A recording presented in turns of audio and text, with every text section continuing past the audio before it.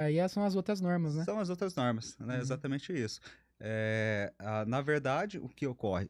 Cada área tem a sua norma específica, tá bom?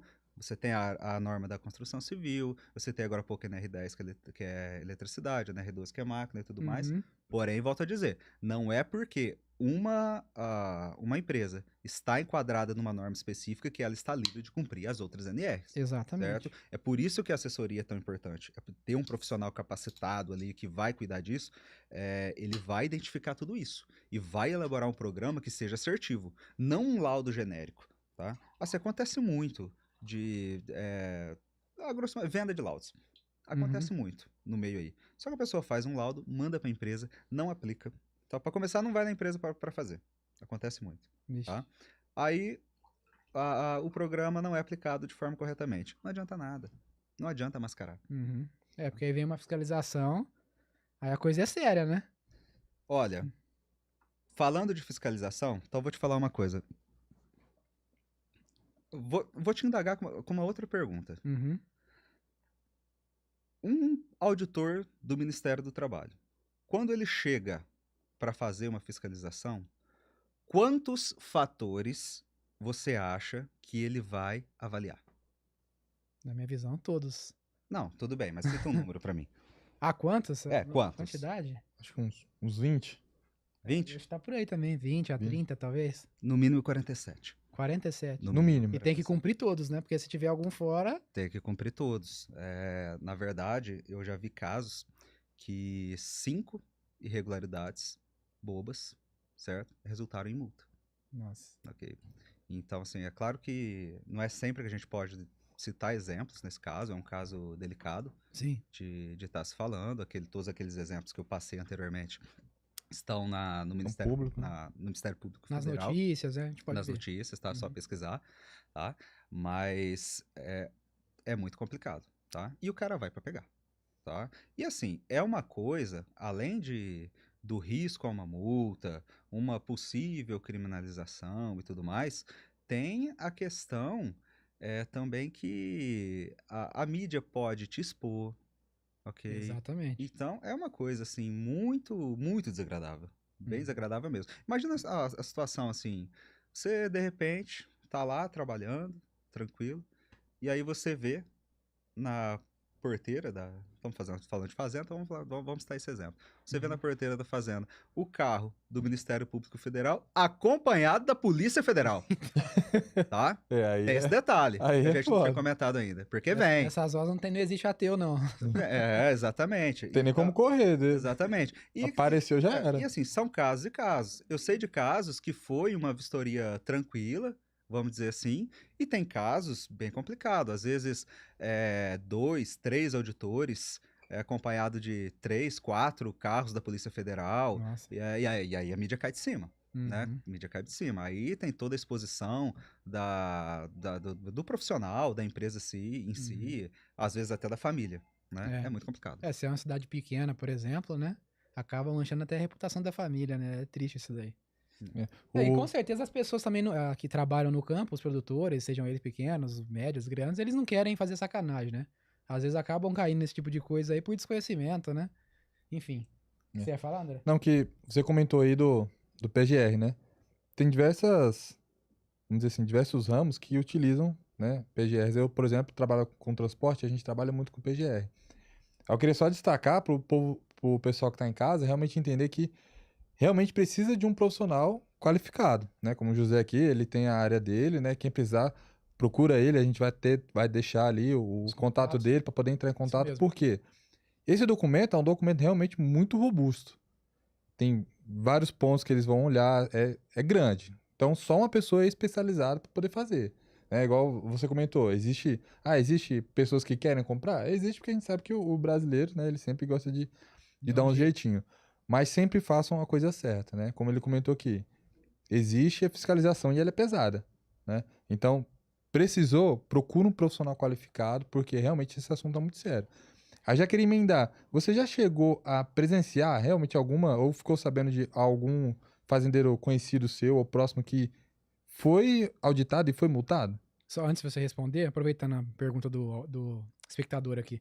O Gutenberg havia comentado assim: os fazendeiros são multados e os trabalhadores são indenizados além dos direitos salariais, e se já teve casos de produtores serem presos, né? Então agora você vai comentar se teve prisão, alguma coisa assim que você soube, algum caso. Sim, sei de de alguns casos. Claro que eu não vou Sem citar, expor, né? Lógico. não podemos estar falando, mas existe isso. Porque, por exemplo, você estava comentando do trabalho análogo à escravidão, até a gente sair um pouco do assunto. Basicamente, para o pessoal entender, o que define isso? Uma condição muito degradante de trabalho, ok? Não é que o pessoal tá levando chicotada, não é, não é Uhum. isso, Senão seria tá? escravidão mesmo, né? É Tá? É análogo. análogo, tá? Isso. Então, uma condição muito degradante de trabalho. Aí, acompanhado, às vezes, de não registro profissional na carteira de trabalho, vem tudo isso, tá? E os funcionários, além da multa, os funcionários eles vão ser indenizados também, para não saírem no prejuízo. Tá? Uhum. Então, na verdade, o custo disso, né, essa punição, ela vai além da multa. Tá? Sai mais caro ainda. Uhum. E quais são os casos que normalmente resultam em prisão? Tem algum pré-requisito, digamos assim, para resultar na prisão, ao invés de multa? Olha, a questão da prisão aí envolve muita coisa. Por exemplo, trabalho infantil, ok? Uhum. Mas essa própria questão da condição ser degradante ao ser humano, Sim. vamos dizer assim, certo? Por exemplo, se você tem um caso de um trabalho que existe um risco muito alto, tá? Tem alguma coisa ali que envolve um risco talvez até de morte. E Certo. você não dá a proteção específica e não aplica um programa como ele deve ser aplicado. Isso é condição degradante de trabalho, tá bom? Uhum. Então todas essas questões aí são avaliadas, tá bom? Para chegar a esse nível. Entendi. Bom, até aqui a gente já conseguiu perceber que de fato é um tema muito sério, né? Que muitos produtores devem se atentar para isso. Quem ainda não conhece, quem ainda tá deixando, protelando esse tipo de assunto aí, é algo que deve procurar saber mais a respeito, né? Até por isso nós achamos interessante ter um programa hoje sobre esse tema, né? Porque de fato é algo importantíssimo. Mas aí, José, uma coisa que eu ia te perguntar também, aproveitando. A gente sabe que nesse meio da produção, né, das empresas rurais, digamos assim, normalmente os produtores são mais velhos, né? Às vezes são famílias que já vêm de algum tempo produzindo e tal. E a gente ouvia muito falar sobre resistência com relação à adoção de novas tecnologias. Isso acabou sendo vencido, né, com o tempo, né? Até por eles verem a eficácia, a eficiência de cada um desses equipamentos novos, de sistemas, drones e por aí vai. Mas e com relação a essa parte de segurança do trabalho, de se adequar, regularizar a sua empresa, existe resistência com relação a isso? Ou normalmente eles aceitam bem os produtores? Ô Glaucio, eu acho que resistência nem é a palavra certa, Tá. tá? Uhum. Vamos fazer uma analogia aqui. Você sabe jogar xadrez? Sim. Sabe? Uhum. Legal. Você acha. Vou te citar esse exemplo até porque eu vi isso numa série da Netflix, mas é Uhum. totalmente aplicável aqui.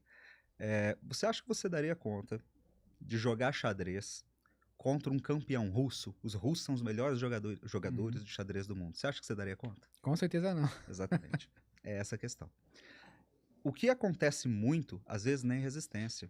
O problema é que o empresário, o empregador, muitas vezes ele entra nesse jogo sem saber as, As regras, né? as regras, não só as regras, mas as estratégias do inimigo, vamos dizer assim, Uhum. certo? Porque ele tem, muitas vezes ele estuda, porque é um assunto que está muito em pauta, então ele estuda, ele procura aprender e tudo mais, só que é uma coisa muito ampla, é uma coisa muito complexa. Então, o empresário entra nesse jogo sem saber as reais regras do jogo. E aí, como ele aprendeu, desde quando era criança, a estar trabalhando daquela maneira, e Uhum. vem seguindo, vem dando certo, até que um dia chega uma fiscalização. E não só fiscalização, a gente está focando aqui em questão de fiscalização do Ministério do Trabalho, mas tem também ações trabalhistas, Exato. tá? Bem lembrado.